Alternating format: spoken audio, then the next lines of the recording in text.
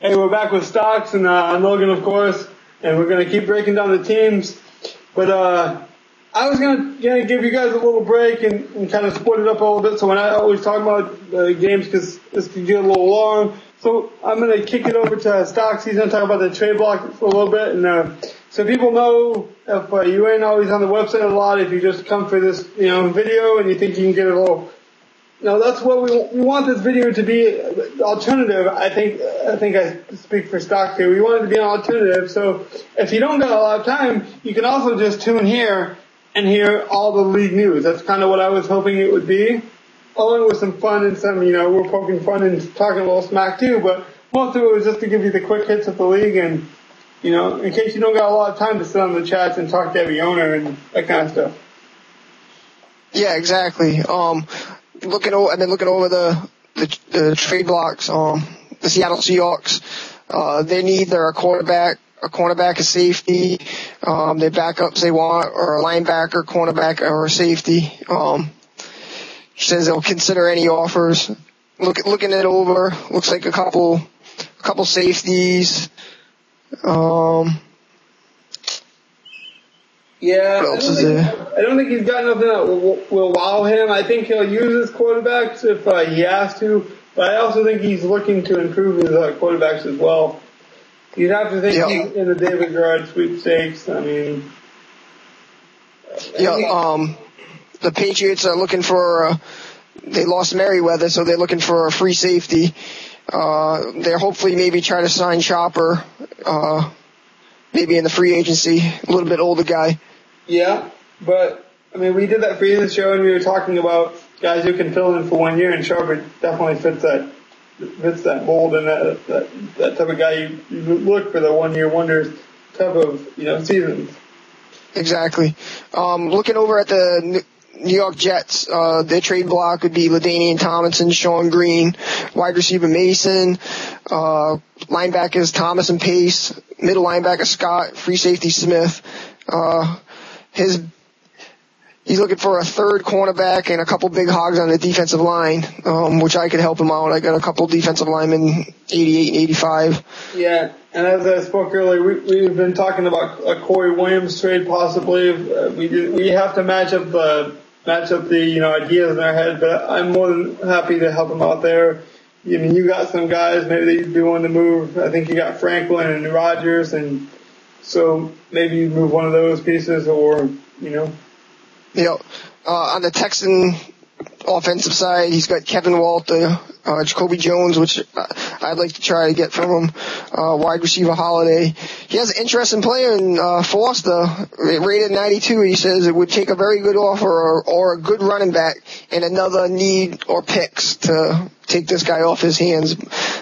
He's a rated 92, not a bad back. He's got, Dedrick Ward. He actually has Matt Schaub on the quarterback carousel. It says would take a good quarterback and help at other needs or picks, vice versa. So he would probably want a quarterback in return. On the defensive side, he has Ryan's middle linebacker, 89. It's not good, doesn't have any speed, but a decent linebacker. Surprisingly, he has Mario Williams. It says it will take a very good offer, but the right deal will move him. So that's if you want somebody to go after him. His needs are offensive lineman. He's looking for a defensive end with 80 speed plus, some linebackers with some speed around 82, 83 and above, another good cornerback, a wide receiver, tight end.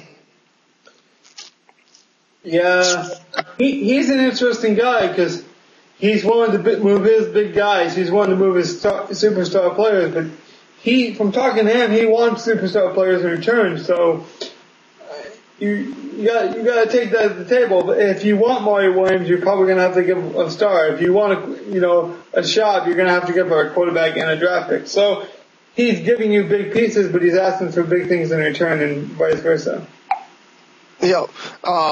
Cincinnati Bengals, which is going to be an interesting thing. We don't know yet.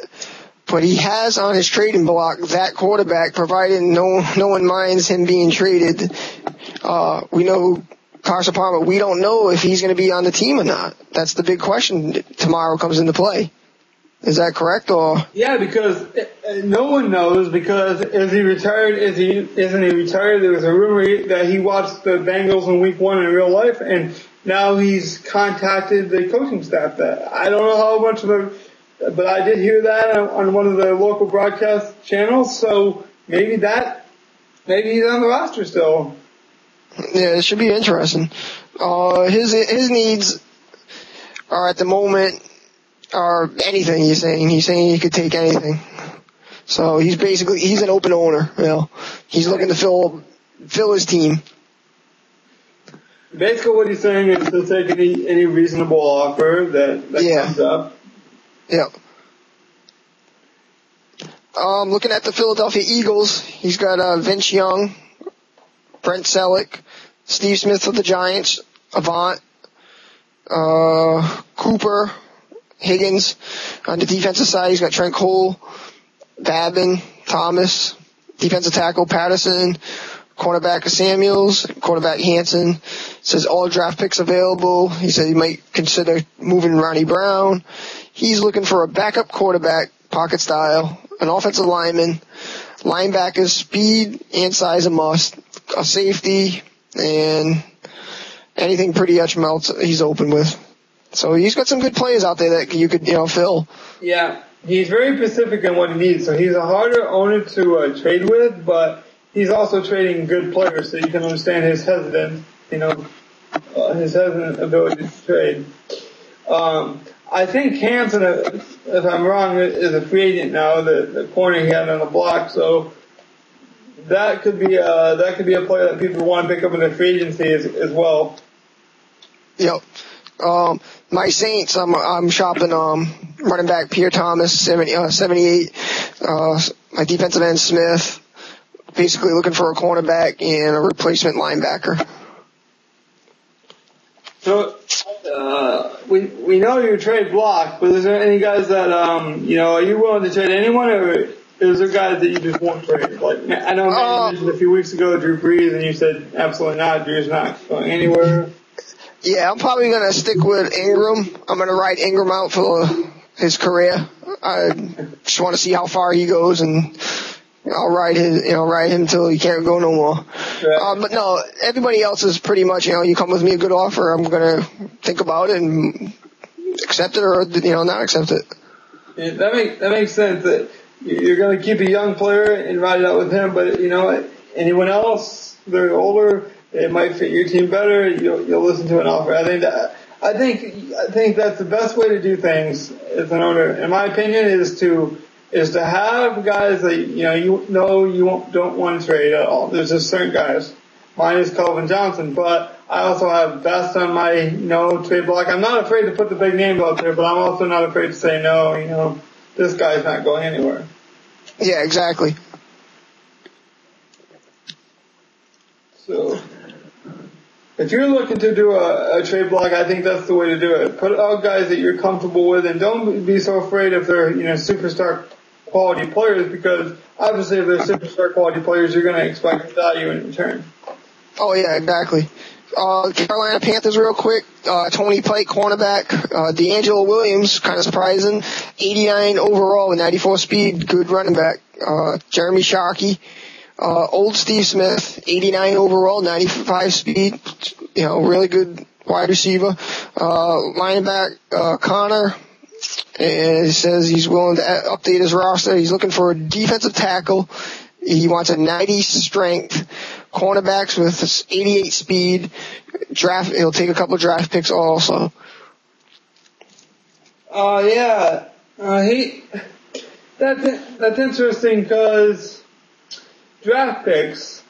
What's your take on draft picks and trades? Do you think? A lot of people are reluctant to trade draft picks because they want to build for the future, but we're only playing 5 seasons, so, getting a younger guy and maybe giving a draft pick isn't so bad. You know what I mean? Yeah, because we actually got the updated draft for next year, and we saw what their ratings are. Their ratings look really, really good, so those draft picks are kind of valuable, and if you can package a few, you're going to get some high quality 85 overall rated players. I agree. I don't see why you wouldn't at least entertain those. I mean, some people are always off the table about trades, and you just have to, work with whoever the owner may be. But on the Panthers, he's one of those ones that's not afraid to put a big name out there, like you said, D'Angelo Williams. It's interesting. That intrigues me. Yeah, exactly. Yeah, because next year's draft class, you got an 84 quarterback rating. You got a running back that's rated 84 top.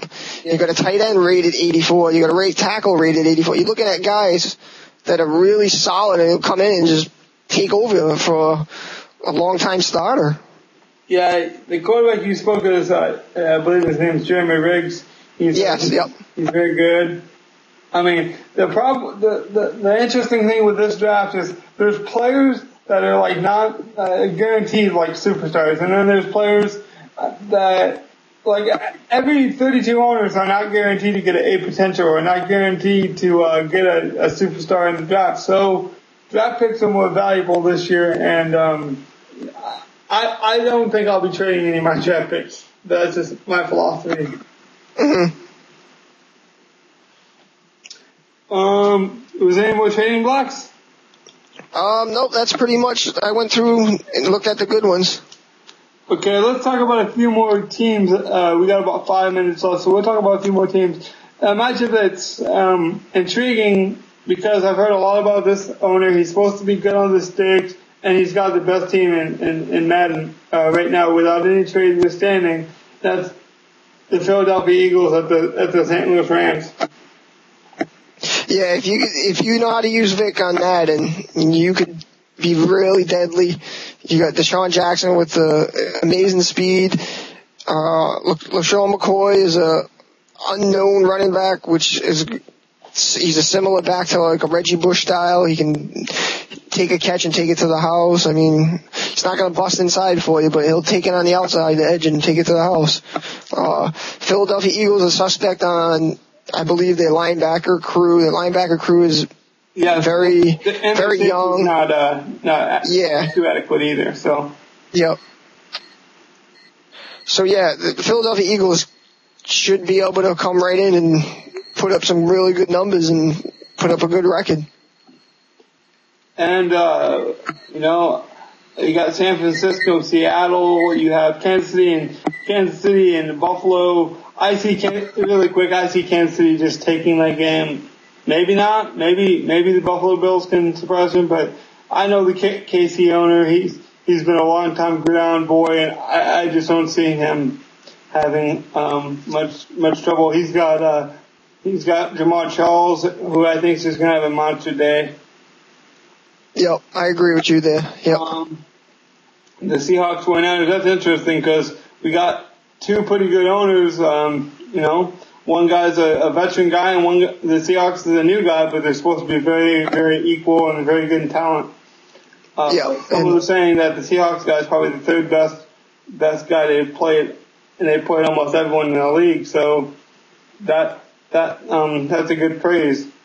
That came, I think, from Manning himself. So that's a pretty good praise if you can get the attention right away from the commissioner of the league. So exactly. So that's an intriguing game. I don't know much about him. I can't really speak of him. We talk about Jackson, Tavares Jackson.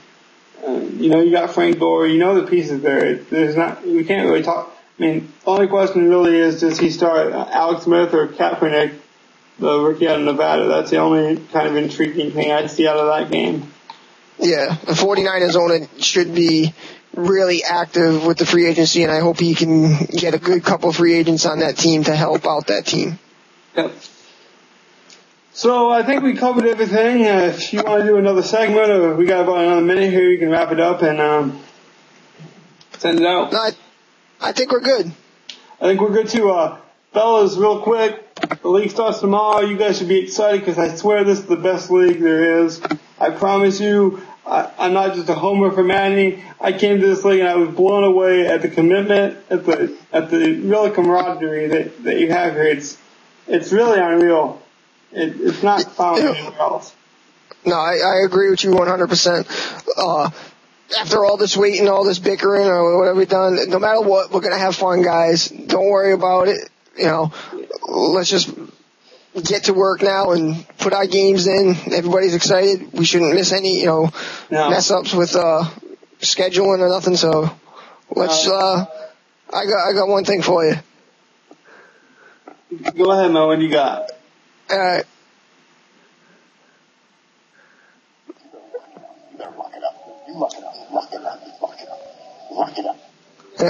Just lock it up. Get your games in.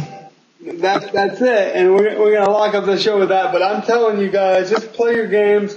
The reason we're competitive is because that's what we are. We're football players. That's what we are. We're not video gamers. We're football fans first, and the video game just gives us the platform to experience that football experience. So exactly. All the big thing, we're really brothers here. When your brother knocks you in the shoulder and you punch him right back, that's kind of what we're doing. But at the end of the day, it's all about the bigger picture, and that's why we waited, and now it's paying off. So, exactly. That's it for me. Peace out, guys. Have a good week. Peace out, guys. Enjoy the free agency tomorrow. Good luck. I'll be shopping.